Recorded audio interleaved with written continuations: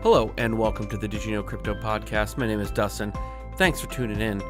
Today I'm talking to Andrew Glidden, who is a student at the University of California, Berkeley Law School. And this originated with us trying to figure out on Twitter. It was a misunderstanding on my part as to his actual contention and position, but we were talking about the more general topic of what are we going to do in the future when block rewards disappear? When miners no longer get that reward per block being solved and it's based on a fee market. What if that fee market doesn't work? Well, we're going to talk about that, kind of a thought experiment in real time. But first, if you could help me out a little bit. Best thing that you can do, number one thing, is go over to iTunes. Leave a 5-star and a written review. It helps out so much you have no idea.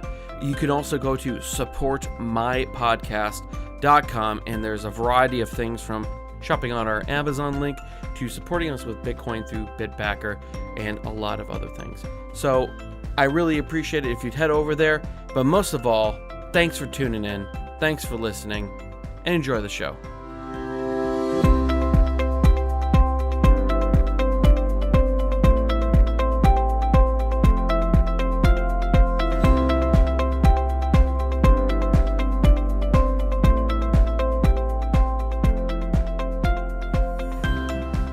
Today, I'd like to welcome Andrew Glidden, law student at the University of California, Berkeley School of Law, head of legal research for the blockchain at Berkeley Law, and co-author of Distributed Ledger Technology Systems, a conceptual framework for Cambridge Center for Alternative Finance. Andrew, welcome to the show. Glad to be here.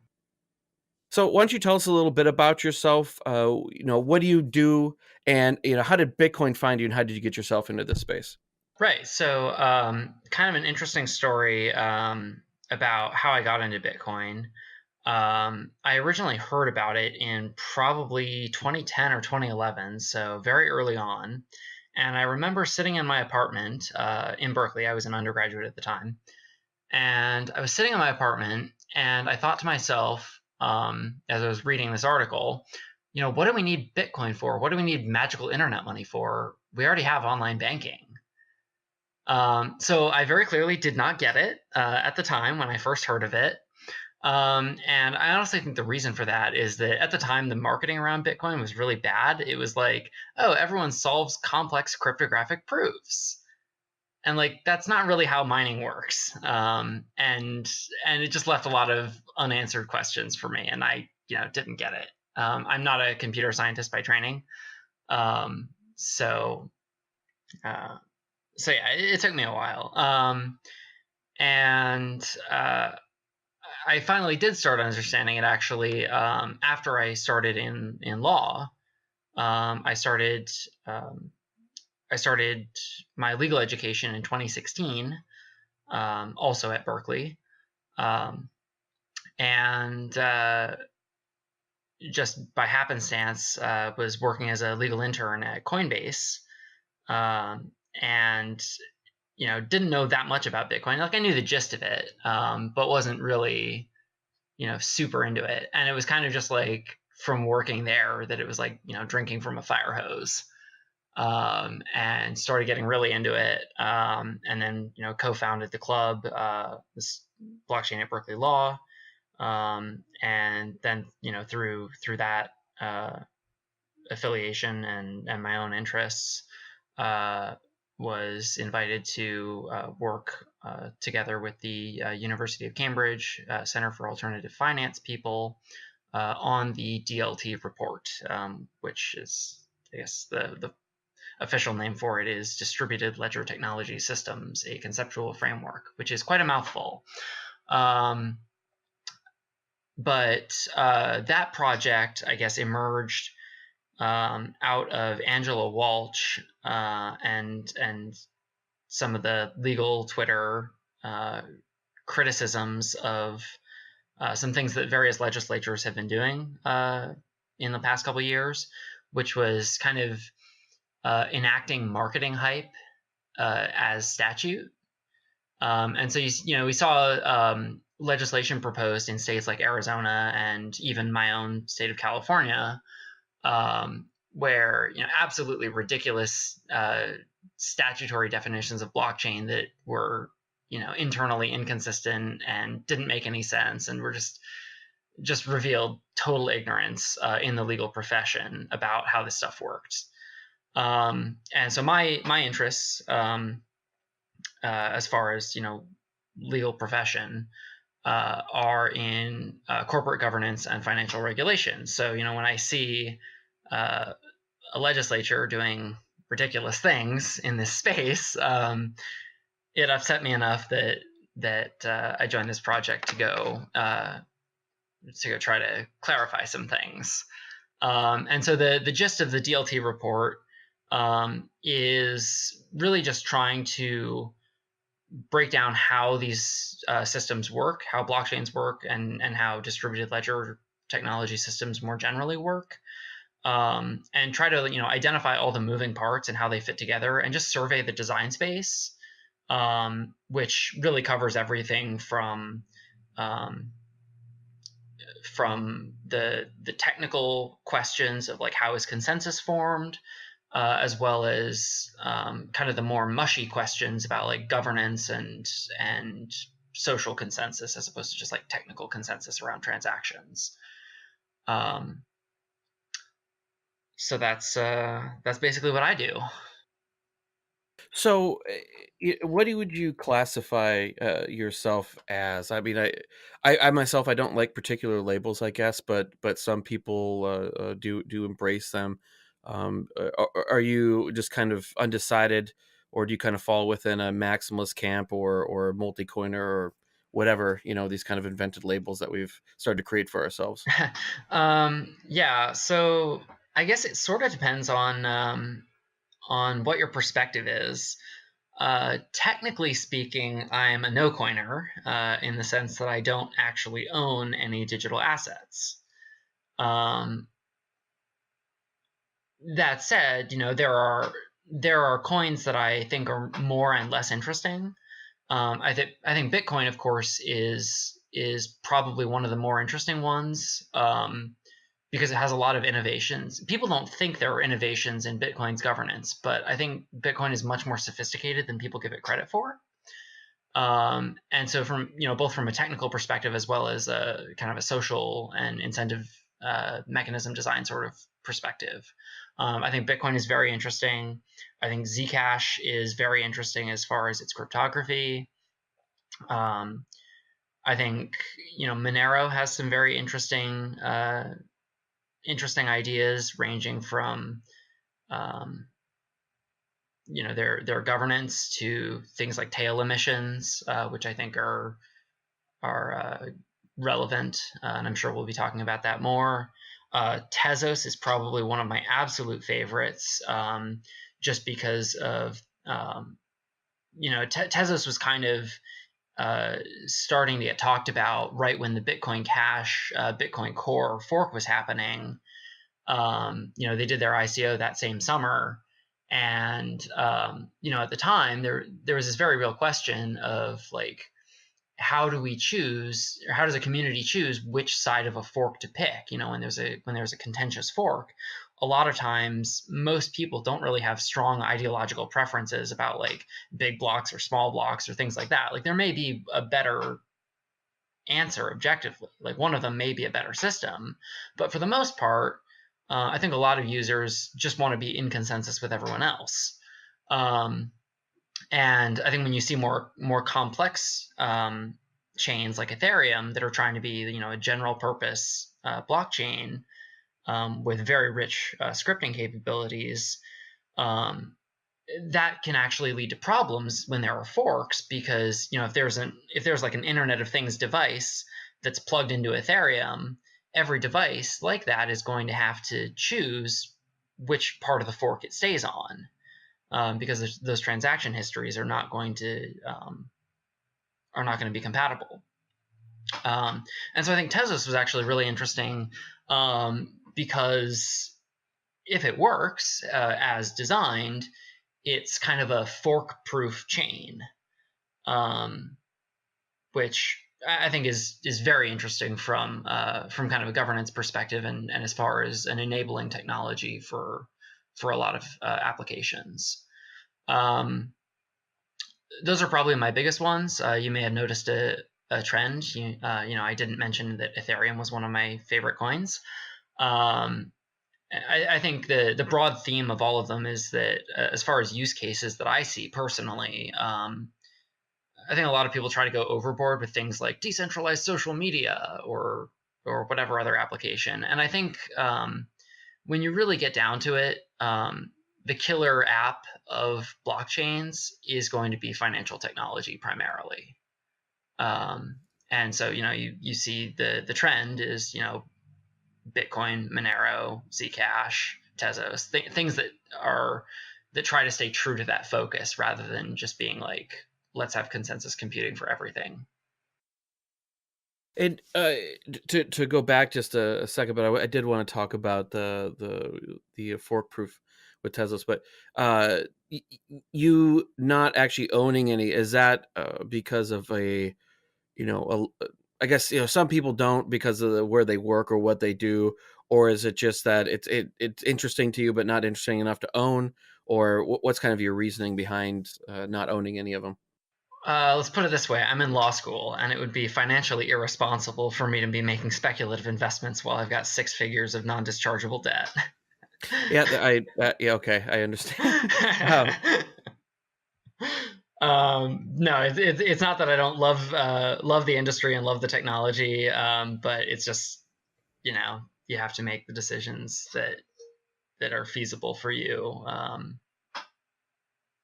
No, that's understandable, and yeah, especially in a position where you have high amounts of debt, yeah, speculative investments are usually a pretty good path to go down towards. Although I guess, while I'm talking about speculative investments, I am in law school, so maybe Yeah, I'm.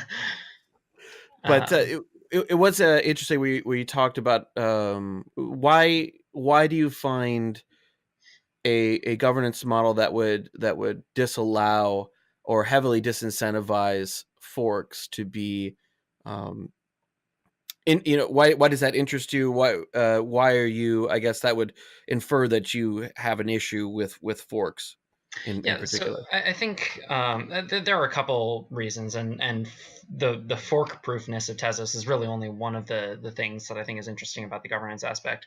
When you look from a legal perspective, there are lots of complications that forks create. There are questions for like IoT devices of like, updating them and making sure they're in consensus and on the right chain. There are also a lot of legal questions, like if you have say Bitcoin, and there's Bitcoin Cash that forks off of it. The question is if your keys are being held by a custodian, Coinbase being kind of the prototypical custodian in the United States for most users. When a fork happens, if that custodian has the keys, what are the legal rights and responsibilities of each party? There are lots of people who say, well, of course, I own the Bitcoin, so I should own the Bitcoin Cash too, right? And that's a perfectly reasonable view, but there's also this tension between like, well, not your keys, not your coins, right? Technically, it's Coinbase who has the keys. And anyone can make a fork at any time. So why should Coinbase necessarily have to be on the hook for devoting engineering resources to supporting literally anyone's shitcoin fork of Bitcoin? It wouldn't make sense to say that a custodian like that is liable for supporting literally every fork ever created by anyone at any time. And so I think the fork proofness of Tezos, to the extent it turns out to be a real thing, and I should emphasize that Tezos is not truly fork proof. At the end of the day, it's designed to disincentivize forking, but you can always go in and modify the source code, and you'll have a different network, right? So it's not truly fork proof. It's really I really see it more as a mechanism for creating Schelling points. And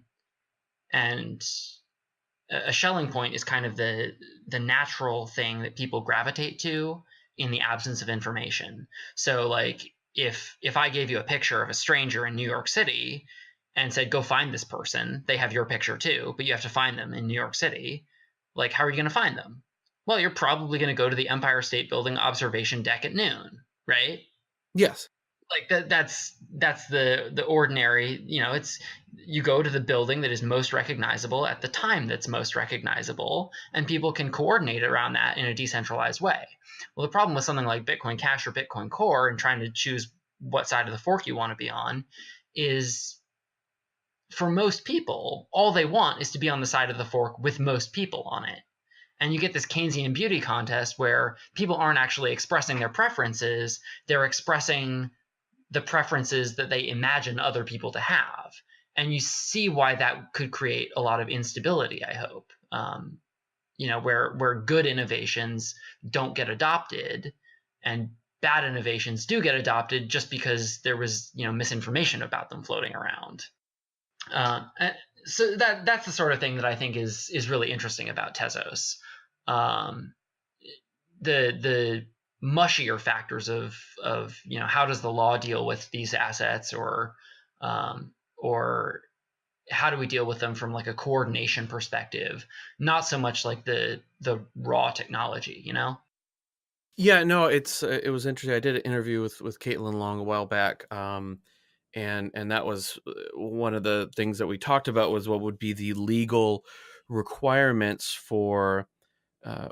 This is more going along with Backed, and Wall Street players starting to move in, but if you're holding Bitcoin in your portfolio in an ETF or whatever, what is their responsibility towards something like, I think as we go along, these forks are becoming less and less and less valuable, or I mean, we have seen that. But say a fork came along that was similar to Bitcoin Cash and had a decent amount of value. What rights would the individuals holding that ETF or whatever instrument within Wall Street have to that fork, or would that company just get to eat up all that and take that in as profits? I'm assuming that would probably be within the legal wording of the contract when you engage with them, depending on whatever instrument that you use. But if they weren't careful, I imagine that could be extremely dangerous for a financial institution if they're not prepared for something like that. Yeah, and that is a real problem, right? Because there are all kinds of fiduciary duties that you can contract out of. But you have to know what they are before you can contract out of them. And there is always going to be that, common law backstop of fiduciary duties. And there are lots of theories as to, what to do with things like forked assets. One theory that I'm sympathetic to is that we should treat forked assets as involuntary bailments, which basically means that whoever is the custodian cannot take ownership. Like they can't, if there's a fork like Bitcoin Cash, they can't sell the Bitcoin Cash and have it be theirs, or have the profits be theirs. But neither are they under an affirmative obligation to support it. It's kind of just like they have to maintain a list of the keys that they used. So they're not like affirmatively destroying the coins, but they don't necessarily have to create a mechanism for valuing them or dispersing them to people, or things like that. And like if they want to, they will. And I think that for any major fork, any financial institution is going to see value in supporting withdrawals or trading or whatever on that fork. Like if you're Coinbase, for example, it makes sense to support Bitcoin Cash because you're going to be getting the transaction fees from people trading that. But you should never be in a position where Coinbase can just take the Bitcoin Cash for itself, So that's kind of the theory of involuntary bailments, which I think is one of the more interesting ones. But there are many competing theories, and this is the sort of thing that the courts haven't settled out, and we kind of just have to wait for for a controversy to hit the courts or for a legislature to take up that issue before we can really get clarity on that. For the time being, it's just, theorizing. Yeah, and that's it. It kind of gives me a little bit of pause because I mean we saw, with the digital millennium. I can't remember the exact name of it. Was it Millennium Copyrights Act? DMCA, Yeah, yeah, and a lot of Digital those, Millennium Copyright Act, yeah.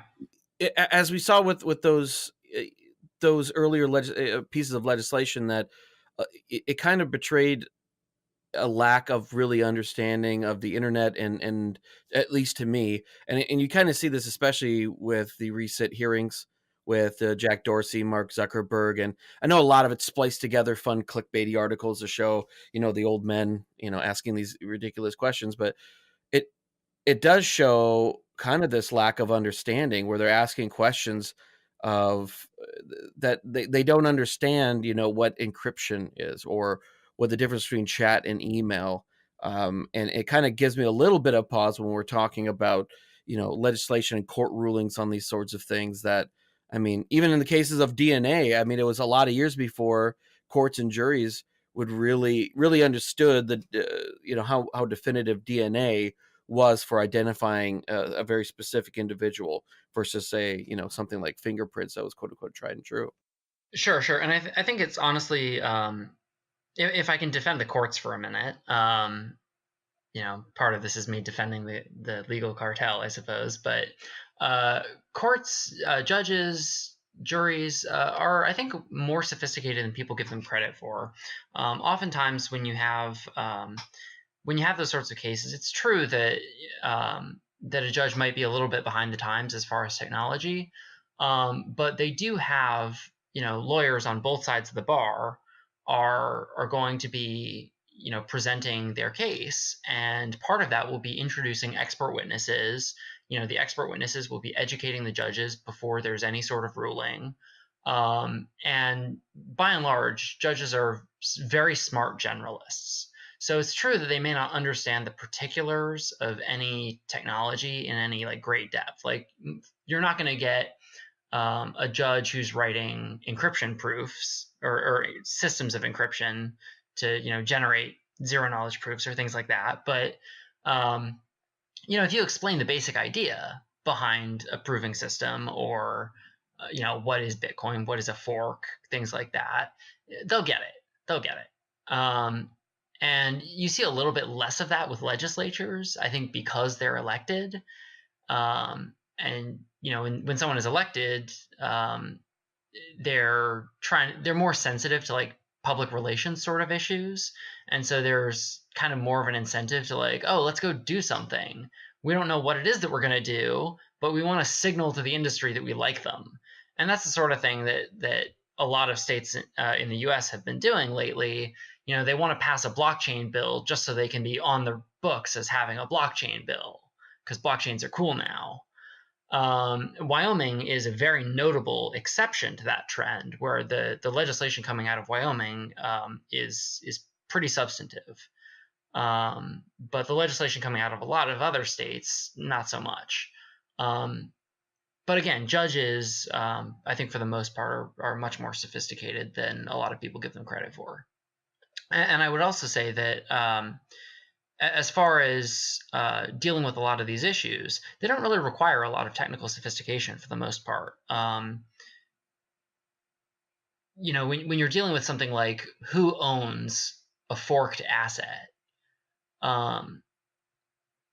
you don't need to know how Bitcoin works in any great detail to be able to answer that question. We have a long established body of property law, and applying that property law to this new context, there will be some bumps along the way, but for the most part, it's a continuation of a very long tradition rather than something truly revolutionary. So I guess if we wanted to dive into the issue that we kind of had spoken about on Twitter, well, I guess I'll give the background. So the basic background was me overreacting. I didn't research the context, kind of true Twitter style.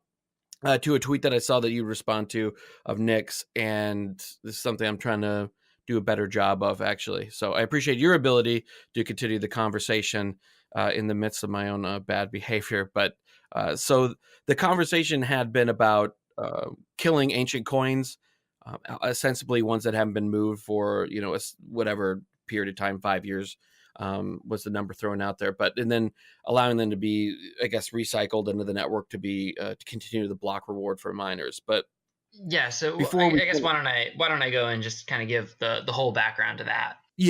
yeah, that's what I was going to say. If we can just kind of go over. Yeah, so a while ago, Nic Carter, who I'm sure a lot of your audience will know about, Nick raised an interesting tension in Bitcoin, which is that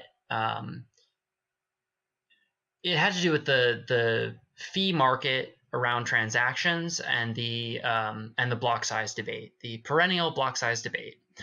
And the basic idea is this: if blocks are not full, so if they're anything less than 100% full, then it is irrational to post a transaction, or a transaction fee, I should say, that is anything greater than 0, because the tiniest transaction fee imaginable is still rational for a miner to include in a block.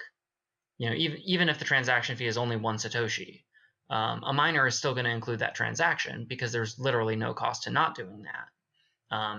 Otherwise it's just leaving money on the table.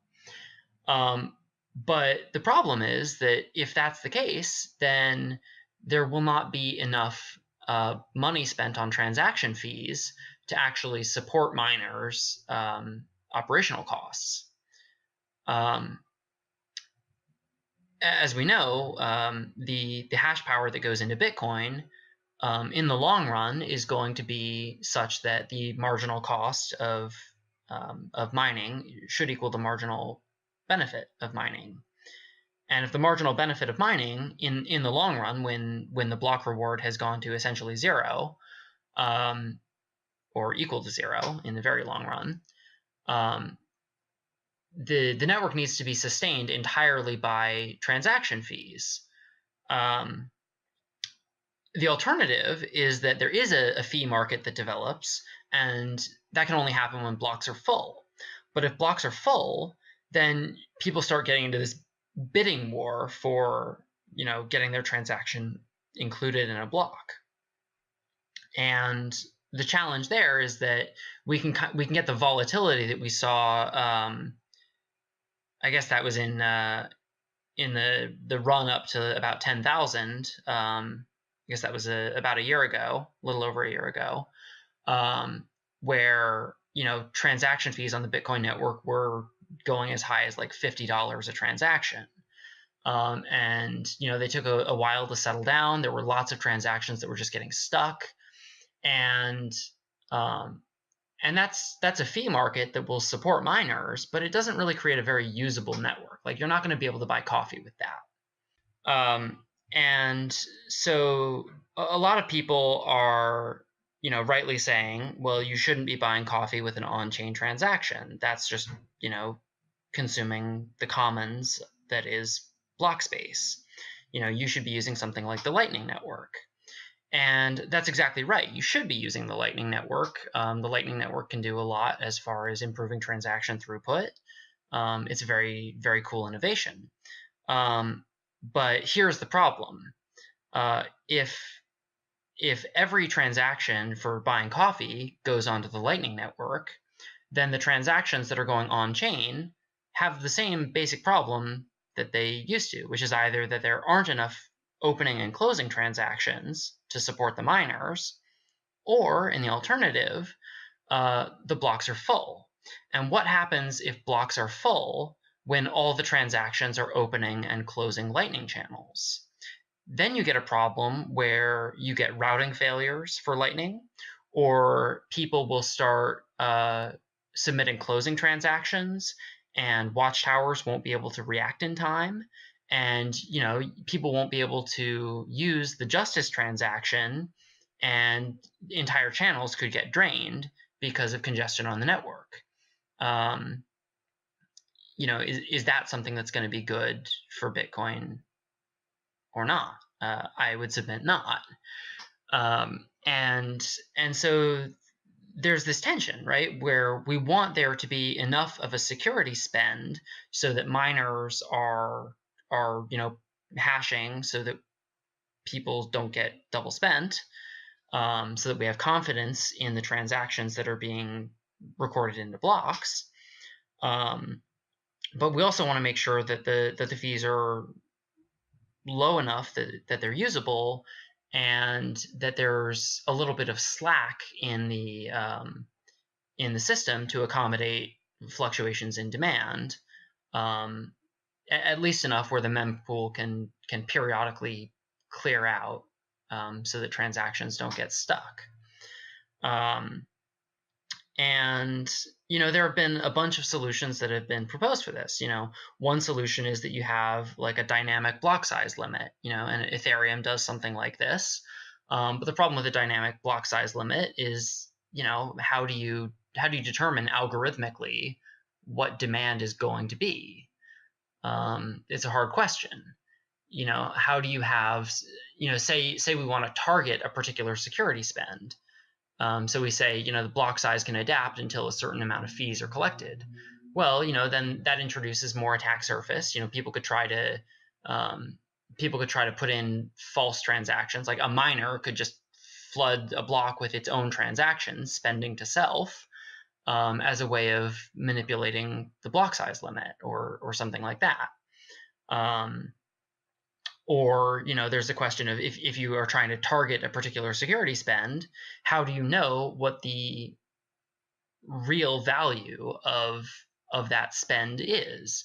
Like, the spend is denominated in Bitcoin, but in reality, that's kilowatt hours of electricity, which have a price denominated in US dollars or some other asset. And so trying to map a Bitcoin denominated spend onto real resources like coal is really hard to do in a decentralized way. Then we start getting into the Oracle problem. How do we have confidence in information that's getting posted to the blockchain for reference purposes? These problems start getting really mucky, and they massively increase the attack surface of the protocol. And so there are some pretty nasty trade-offs associated with that. Now, something that Monero does that I think is interesting is they say, well, why don't we just have the supply be technically uncapped? Like, let's have tail emissions where the block size or the block reward never goes to exactly zero. And that way we will ensure that there is always some amount of security spend. And that's one solution that's pretty interesting. The problem is that with something like Bitcoin, there is a very, very strong social consensus that 21 million is the maximum number of Bitcoin that will ever exist. And that constraint turns out to be really difficult to deal with because it means you can't do something like tail emissions. So, what's left, right? And at this point, I want to emphasize that the assumptions are that a healthy fee network has not developed. This is after the block rewards have essentially gone to zero. So this is a problem that is highly, highly speculative. It's many, many years out from now, and there may be, changes in circumstances. So bear with me as I describe the solution, or the not solution, but the proposal that a lot of Twitter was very upset by. And that is, look, if we take these assumptions that there is no block reward, there is no ability to adjust the 21 million cap, there is no ability to dynamically scale the block size, and there's no fee market, and that's the most important part. Like, there is no fee market in this situation. How do we get the security spend that we need? And so one possibility is we say, look, instead of changing the 21 million cap, we know that coins are burnt all the time. Like, coins are spent to unspendable addresses, or people lose their private keys or things like that. So why don't we just create a presumption that any coin that is, some number of years old, 5, 10, 20, whatever, some number of those coins, if they're really old, are probably lost forever. And like, I recognize that there are people like Satoshi whose coins haven't moved, and Satoshi may be alive or may have left the keys to his or her or their grandchildren. There are people who want to save for the very, very long term like that, and I concede that. But there are also a lot of people whose coins are just permanently unspendable. And so one possibility is that we say, look, why don't we invalidate those old coins? And so if we reissued those coins,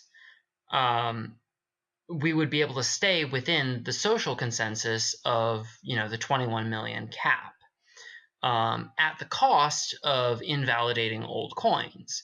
Now, for the people whose coins have been burned, that's not a problem. Like, they were never getting that. Nothing is being taken from them, right? The only people that would hurt are the people who are saving for the long run. And I think a lot of people see this as being, confiscation from them. And I submit that it's not. And the reason it's not is that it's only the old coins that are getting burned. And so what someone can do, if they're concerned about this, is they just ping the network. So if the time frame is, say, 5 years, that just means you ping the network once and you say, hey, I'm spending my old coins to myself, as just, refreshing that, yes, this UTXO is still good.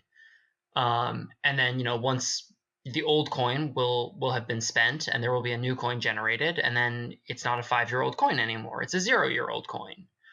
And so the idea is that people who are saving for the long run, it's true that if they do nothing, then yeah, they're going to lose their money. But I would think that it's a relatively minor inconvenience to just, spend to self once every 5 years, just to, assert that you do still own the keys and that you do still have an interest in that Bitcoin. And if you think about it, this is actually how our banking system and our laws already are. Like, if you have a bank account that you haven't touched in 5 years, the money in that bank account goes to the state, and you still have a legal title to it in the world of fiat money. If you go to the state and say, hey, I remembered about this bank account that I used to have 15 years ago, the state will refund the money in that bank account. So that possibility doesn't quite exist here, because there's no way to get your Bitcoin back once it's been lost. But the basic principle that if you just assert an interest in your property periodically, then everyone in the system will know that the property is still yours, and it shouldn't go back to society as a whole. And for the anarchists in the room, I realize that I've committed the mortal sin of equating government and society, and I promise that was that's not something I actually believe, that government is equivalent to society, but it's a shorthand, society as a whole. And so I think for something like the Bitcoin network, that's a solution that allows us to stay within the social consensus of 21 million coins and no more, so that we don't have to do something drastic, like increasing the attack surface by implementing a dynamic block size, or having tail emissions, things like that. And it was interesting to see the controversy about this. A lot of people it's funny being called a statist bootlicker on Twitter. I really am anything but. That's what Twitter's for. But yeah, that's what Twitter's for. But no, I mean, this is like, we have these conversations now because, one, we want to gauge what people's reaction is to them. Just to get a sense of what the community sentiment is. I mean, the community sentiment was very hostile, and I think we learned an interesting lesson from that in itself. But there's also the issue that when a crisis hits, the reactions or the responses to a crisis are the ideas that are on the table at the time the crisis hit. And if ideas don't get talked about before there's a crisis, then people are going to go off and do something completely half-baked. And so even if this idea is something that people absolutely reject and would never consider under any circumstance, the point is that we're talking about it, and we've had this discussion that, no, we're not going to consider this under any circumstance, so that if a crisis hits, we know that it's off the table. I want to emphasize it's a very, very speculative problem, and it's years and years out. But we talk about it so that we can keep a sense of the history of ideas and know what's on the table and what's not, because we don't want to get caught with our pants down. That's the gist of it all. Hey folks, I hope that you're enjoying this episode as much as we are. I don't have any sponsors, so if you could go over to supportmypodcast.com, you'll see all the different ways that you can support the podcast, from Amazon links to a bunch of other stuff. You could back us on Bitback or with crypto, but most of all, if you can go to iTunes and leave a 5-star and a written review, it'd be very, very helpful. So thanks again, and enjoy the rest of the show. No, and I agree, and I was just one of those people. I didn't call you a status bootlicker, but I did kind of just. It was one of those times where it just kind of catches you during the day, and you're just and you let the outrage jump in without actually kind of looking through backwards of the context, and you kind of made that a lot more clear towards the end of just going like you're mistaking that this is something that we are putting our reputations on the line for more than just talking about it. So I 100% agree. This is the time we need to be talking about the problems that are 1, 5, 10, 50 years in the future, so that we get a lot of this fleshed out now. Right. I guess just to since I did it on Twitter, but I haven't done it audio version on the podcast, but just to register as a very basic counter argument of what my issue was, is that it always rang very kind of in a sense kind of the anarcho-communist kind of ideal of personal, not private property, that you have to occupy that space for it to be considered your property. And that's kind of where it rang with me, of like, you have to constantly make a physical action on your own property to register that you still have ownership over it. I mean, thinking about it, well, you do though. Yeah. You do though. I mean, in the world that we have today, I mean, I realize that I'm assuming a government existing, but if you have property in real property, like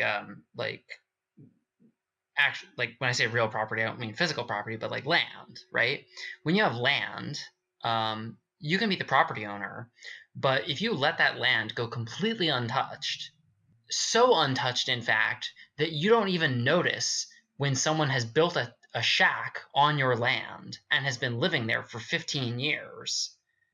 Like, if you're that asleep at the wheel, the government will not recognize your title to that land anymore. The government will say, no, you were so asleep at the wheel that it belongs to the guy who built the shack and has been actually living there. Right? So we do have this precedent, and that doctrine is called adverse possession.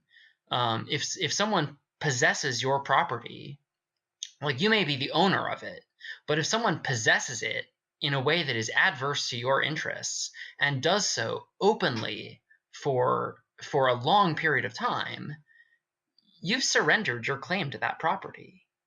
And I realize a lot of the anarchists in the room are probably very uncomfortable with that idea.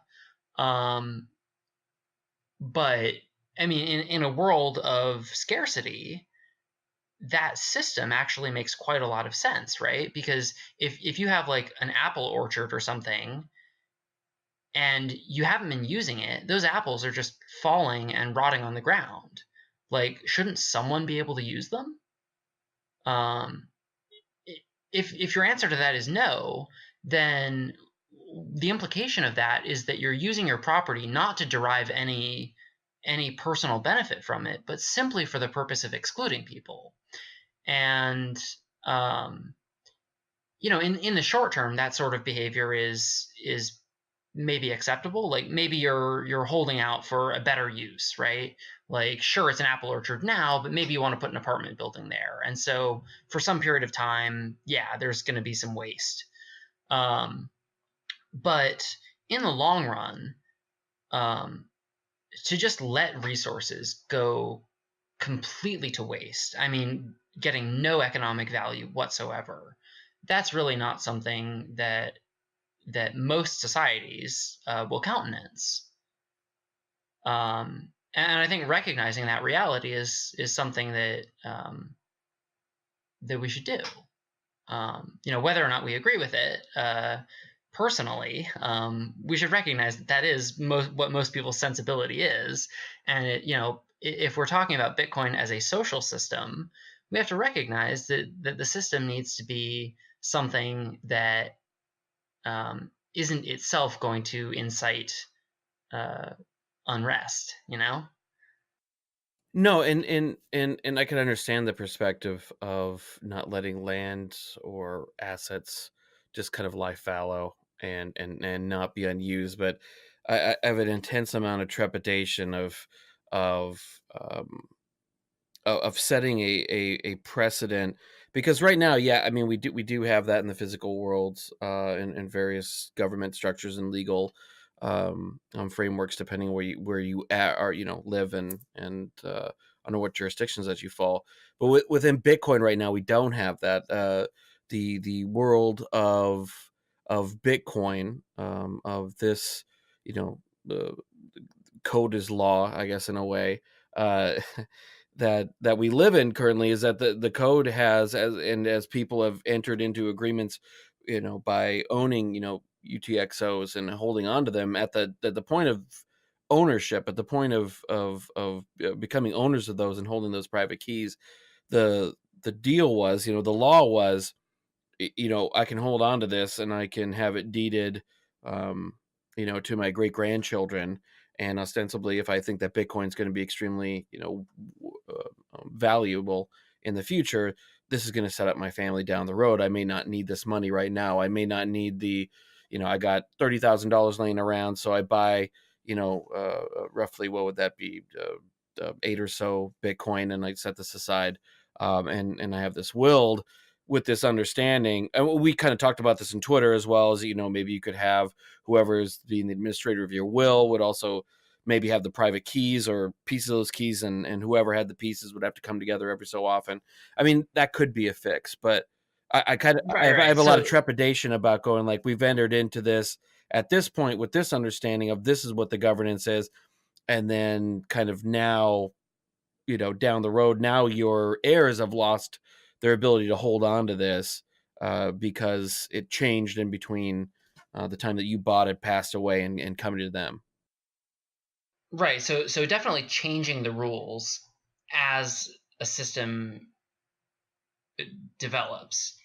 Um, that is something that I think everyone should have a little trepidation about, right? Because the people should be able to have confidence in the system of rules that they signed up for. But the flip side of that is that when you're looking at something like property rights, right? Property rights are rights. I mean, it's in the name, right? And rights are not things that just exist in the ether as pure constructs.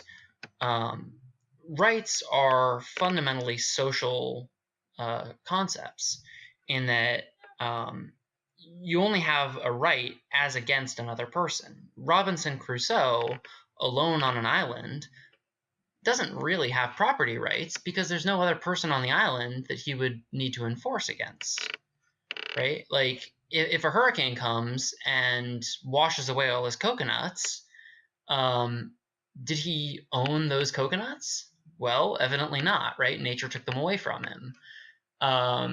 He only owns something as kind of a shorthand for, or I should say, ownership is a shorthand for a set of rules about what other people may or may not do.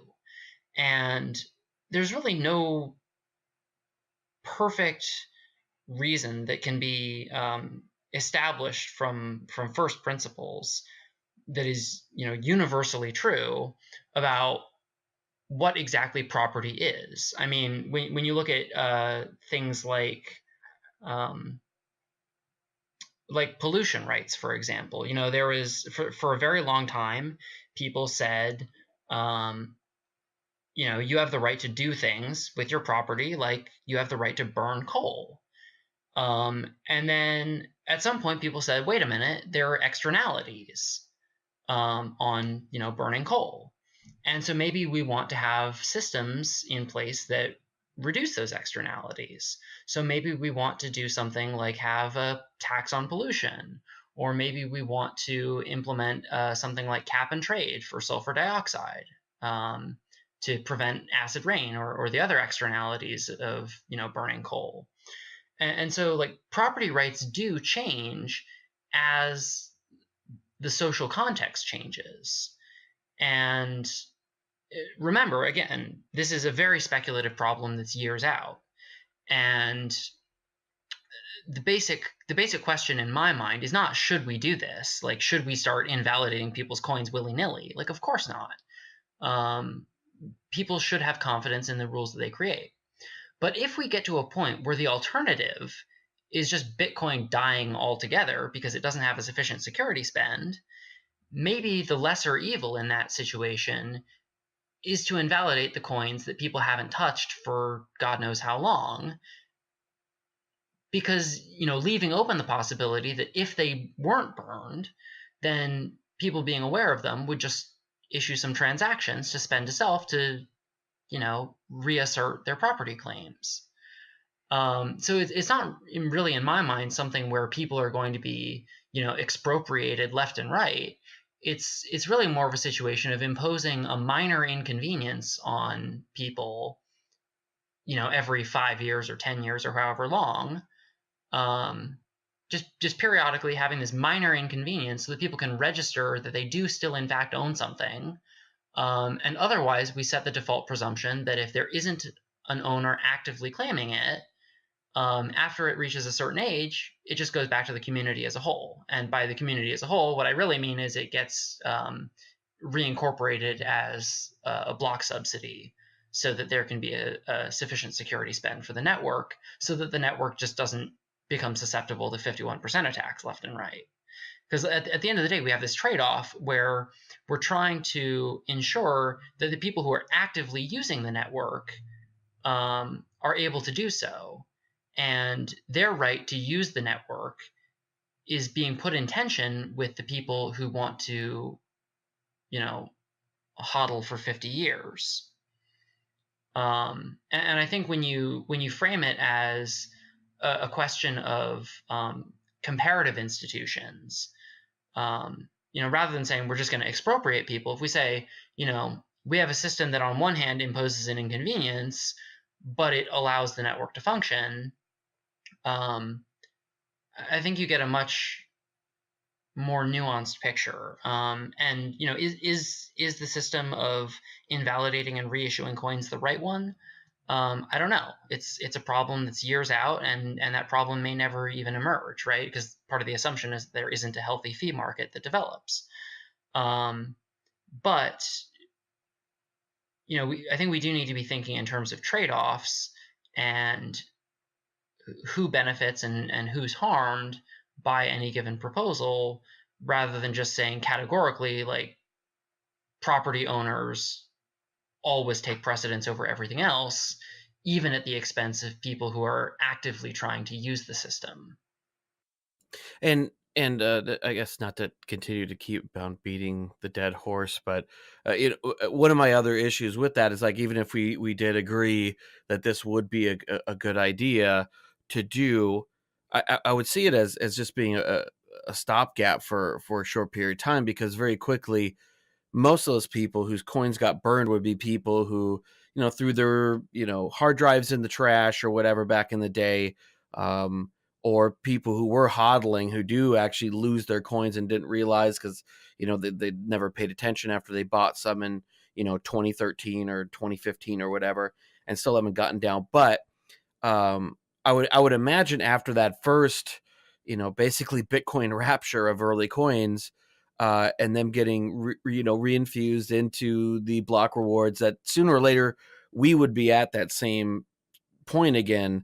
That very quickly all the remaining people who had coins would, and I'm sure that there would be apps developing and things like that that would automatically move your coins to reset that clock every so often, and pretty soon I imagine you would not, the returns would diminish um, quite quickly in this thing. And I to me, and this will be kind of the last thing I say on it because I don't want to keep on harping on it. But to me, I think that the trade off for kind of the violation of property rights for something that's not sustainable in the long term, like it's to me not worth it.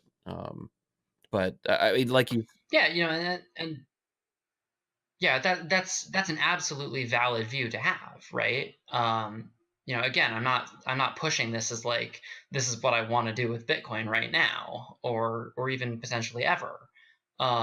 It's really just a thought experiment, and it's on each of us to decide where we think the reasonable trade-offs are, and find a community um, that shares our vision. And if we don't like whatever vision, if one group of people says we don't have a healthy fee market, they can go fork off and make their version of Bitcoin where there is this adverse possession system. And if there are people who want absolute property rights, then they have their system. And at the end of the day, there's going to be a consensus that will develop around one or both of those visions. Um, there's a real, like, one of the greatest things about the governance of these systems is that they are anarchic. So people can go and try new things, right? Like Bitcoin Cash, I don't know how, but the chain is still alive. You know, there is a community, however small, that's been developed around that, and so people have the ability to do this sort of experimenting.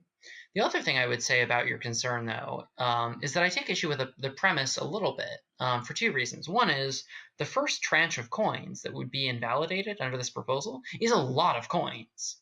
And when you look at the current Coinbase transaction, the mining subsidy, the current rate of issuance is relatively small compared to the number of coins that would otherwise be invalidated. So I think it's not something where we really just say, oh, that's only a stopgap measure. I mean, that gets us a lot of time, and that's not something to minimize. The other thing is that there is, I think, more or less a constant burn rate. Like people lose their keys on average, some percentage or some fraction of a percentage every year. And so eventually we reach an equilibrium where the rate of burned coins becomes equal to the rate of issued coins. And that's an equilibrium that is in a sense market established in the same way that fees should be market established. It doesn't rely on us to use something that would increase the attack surface of Bitcoin by doing something like an algorithmically determined dynamic block size. We can rely on natural forces like the burn rate or loss rate of coins matching the subsidy rate. And that's really the kind of thing that Monero tries to do, right? Monero just says eventually we taper down to a certain limit of coins, and assuming a constant burn rate, there will eventually emerge an equilibrium where the issuance and the burn become equal. And so I wouldn't take for granted that this would only be a stopgap measure. It could be sustainable for the long term, and if it isn't, that stopgap still buys a lot of time to develop a fee market or otherwise move on to different systems or figure out how to deal with the problem. No, and that's fair enough. And I wanted to you kind of loop back around to what I want, something else I want to talk about Mhm. with Tezos earlier, was that you were talking about, being fork proof, and the how that specifically what Tezos is trying to do. And when you're talking about IoT and all that, it's very helpful for that. But I've always had this idea of that. I always found the fork quite beautiful in that, as kind of a concept, a larger concept, as kind of like this social ordering, in that, when you see in societies when people have major disagreements on where they want to go, a lot of times, you see revolutions, the French Revolution, the Russian Revolution, things get very ugly very quick. And the concept of the fork, while I don't think it's apples to apples per se, with especially Bitcoin and Bitcoin Cash, is not the same thing as trying to split off from czarist monarchy into communism. But just the concept, though, I always Mhm. found very interesting, in that if you don't like how things are, you can, if you get enough people, or even you don't even have to have that many people, right? You can just go and do your own thing the way that you think it should be done, and let the market decide by trying to attract people to that vision. Right. Right. And so I think what you're speaking to is that classic voice versus exit problem, right? Like voice lets you change or influence the system from within, but if you don't have a right of exit, um, you have a captive audience, and without exit, voice doesn't have a credible threat. And so people don't have the ability to change a system from within if the powers that be know that they can't leave no matter what. And that's a very real thing. And so, on the subject of Tezos, I would emphasize that there is technically a right of exit in Tezos, and that is that you can just fork the code itself, um, and start from scratch or start from any particular state that you want. What the governance system of Tezos does is it creates a Schelling point so that the people who just want to go along for the ride don't have to make a choice about staying in consensus. When there's a hard fork, I mean, Ethereum has their like planned hard forks every however long, and Monero has their planned hard forks to kill ASICs every now and then.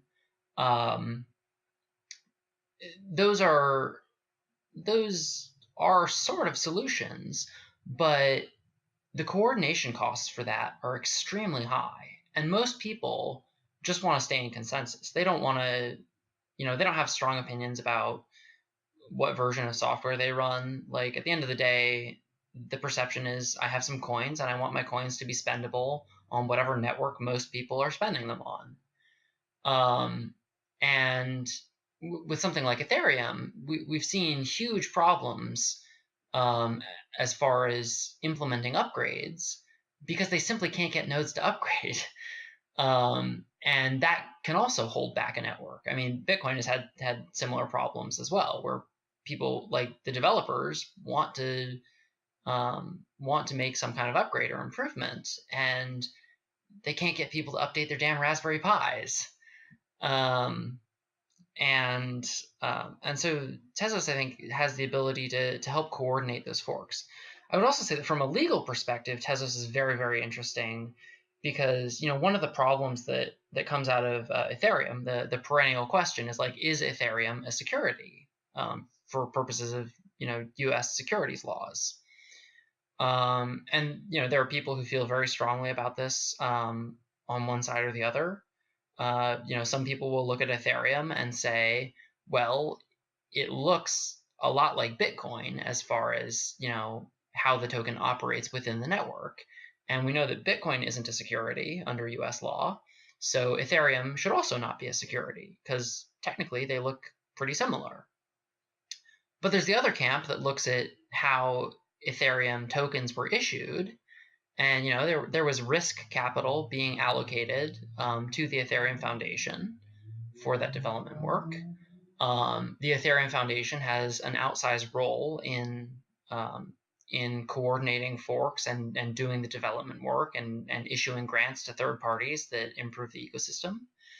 And so I think there's a very credible case as well that maybe Ethereum is a security.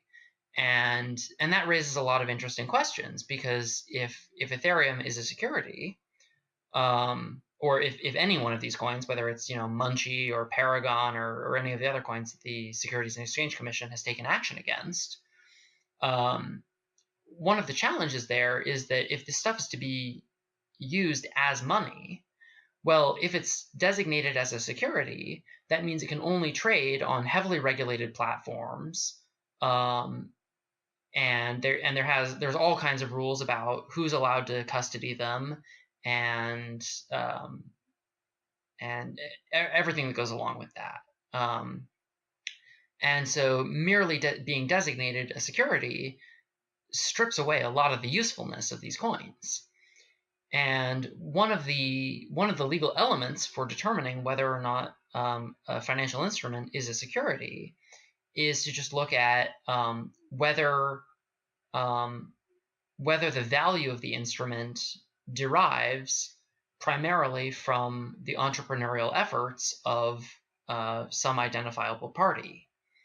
And so when you look at something like Ethereum, you can say, well, if there's an entity like the Ethereum Foundation that's coordinating hard forks, then that suggests that the Ethereum community as a whole is dependent on the Ethereum Foundation for that development work. And I think one of the really interesting things about Tezos is that they've made it essentially so that there is or will be in the future a very plausible world in which there is no core developer. Like we have Bitcoin Core and we have the Ethereum Core developers, but what if we had a chain where there was no core team, where literally anyone could propose something and the community as a whole would vote on it, and the community as a whole would migrate to the new system without any sort of coordination or any sort of centralized actor doing that coordination or doing that development work. I think that's a very, very powerful thing from a legal perspective, because it completely eliminates one of the Howey elements. And if that theory holds weight in court, that's very powerful, because it means that something like Tezos cannot be designated as a security. Now, I will say that there is a controversy there. Tezos did an ICO just like Ethereum, and so there is some question as to whether Tezos is a security on that basis, and they're in litigation right now over just that issue. But the broader idea of Tezos having protocol upgrades that don't have to go through a gatekeeper, I think is really, really interesting from a legal perspective, and could inure to the benefit of the community in a way that I get the sense that a lot of commentators in this field haven't really fully appreciated. Now, before we've been on here for a little bit, I don't want to hold you up as a student as well. I know that you're quite busy, but I said just a few unrelated questions to the more contentious topic. But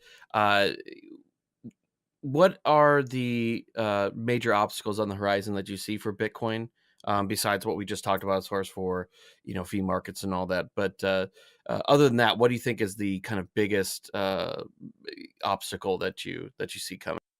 Obstacle for what? I guess I should ask. Whether for it, well, yeah, okay, so I guess I should clarify a little bit whether it's adoption, whether it's a legal issue, any of these things that will keep it from becoming what it Mhm. seeks to be, a global money, whether it's store of value and second layer with spending. But what do you think is the biggest issue that we have? I wouldn't say that there's only one. Bitcoin has a lot of issues that it's going to need to solve before it becomes truly viable. I think one of the main ones is privacy and fungibility.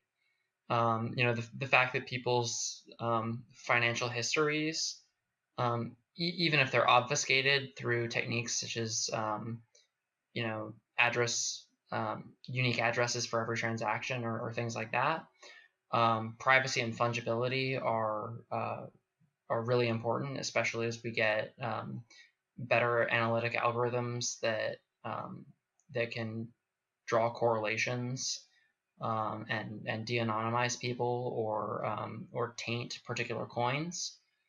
Um, so privacy and fungibility is one of the big ones. Usability and usability, I would say, comes down to two things. One is just that there aren't that many places that accept Bitcoin for transactions, and so what that means is that the demand side of Bitcoin has been largely speculative. Um, and I think if we want the value of something like Bitcoin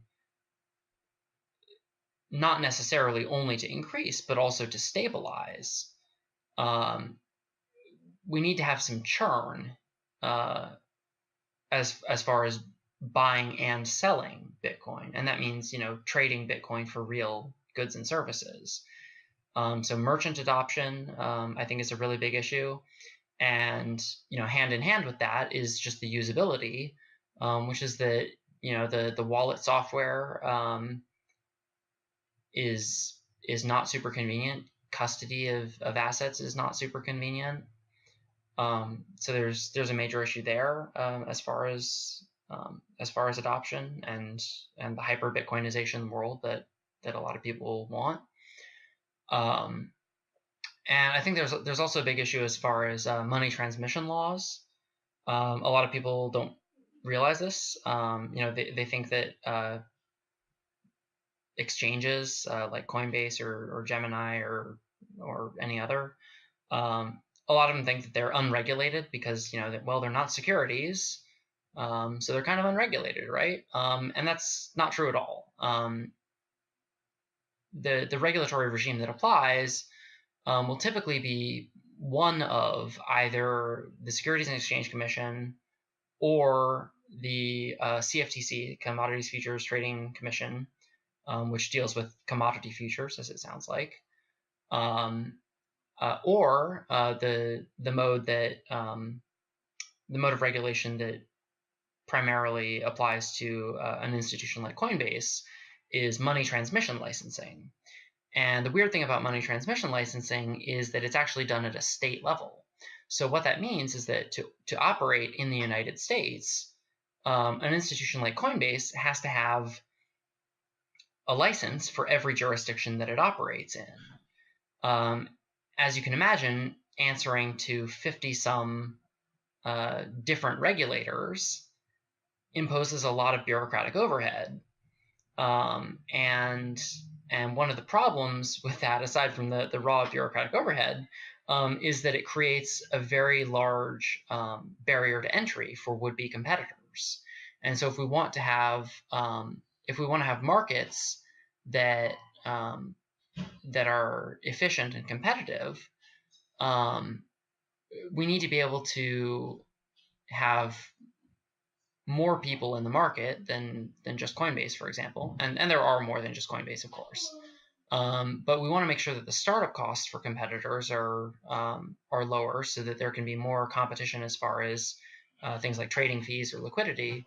And we also want there to be, I think, more opportunities for to pool the liquidity. Like right now, exchanges like Gemini or Coinbase or any other kind of have their own independent liquidity pools, and there are narrow channels between each of those pools. Like you make an on-chain transaction to withdraw from Coinbase and deposit onto Gemini. But by and large, we don't have the ability to access the liquidity on both order books at the same time. And so I think as far as improving the price stability and price discovery for these assets, we want to make sure that that there are lower frictions for trading, and we want to make sure that the liquidity that traders have access to is greater. And so from a legal perspective, reforming the money transmission system is going to be a big one. On the institutional side, I would say there are lots of issues as far as things like the custody rules that are in place. One problem that I've seen is that institutions like hedge funds are required to use qualified custodians. But the problem is that there aren't qualified custodians because FINRA hasn't been approving them. FINRA has been, dragging their heels, and so people have a very, very narrow choice as to the custodian that they use. And I've actually seen a lot of hedge fund managers who are better at custodying things like Bitcoin than the so-called qualified custodians. And so they're between a rock and a hard place because their fiduciary duty says that they have to, keep client assets as secure as they can. But the legal duty, the statutory duty, is also that they have to use a custodian that isn't as secure as they would like. And so they're kind of torn between their common law legal duties and their statutory legal duties. So that's another part of the system as far as the law that's going to need to get tweaked. But I mean, you can see there's a lot of work to do on all sides. I really wanted to thank you for taking time, out of your evening to come on and talk about this, and especially for your patience with all the technical difficulties that we had. Where can people find you, and who do you want to hear from? Oh gosh. Well, people can find me on Twitter usually. My handle is AS Glidden, and that's probably the best way for random people to reach me. DMs are open. And who do I want to hear from is really, anyone who has something interesting or constructive to say. I'm open to all kinds as long as you're interesting and have ideas worth considering. I'd love to have a conversation about that. Well, it's great. And I will have a link in the show notes for your Twitter contact, as well as for the paper from the Cambridge Center for Alternative Finance that we mentioned at the beginning. And once again, Andrew, thanks so much.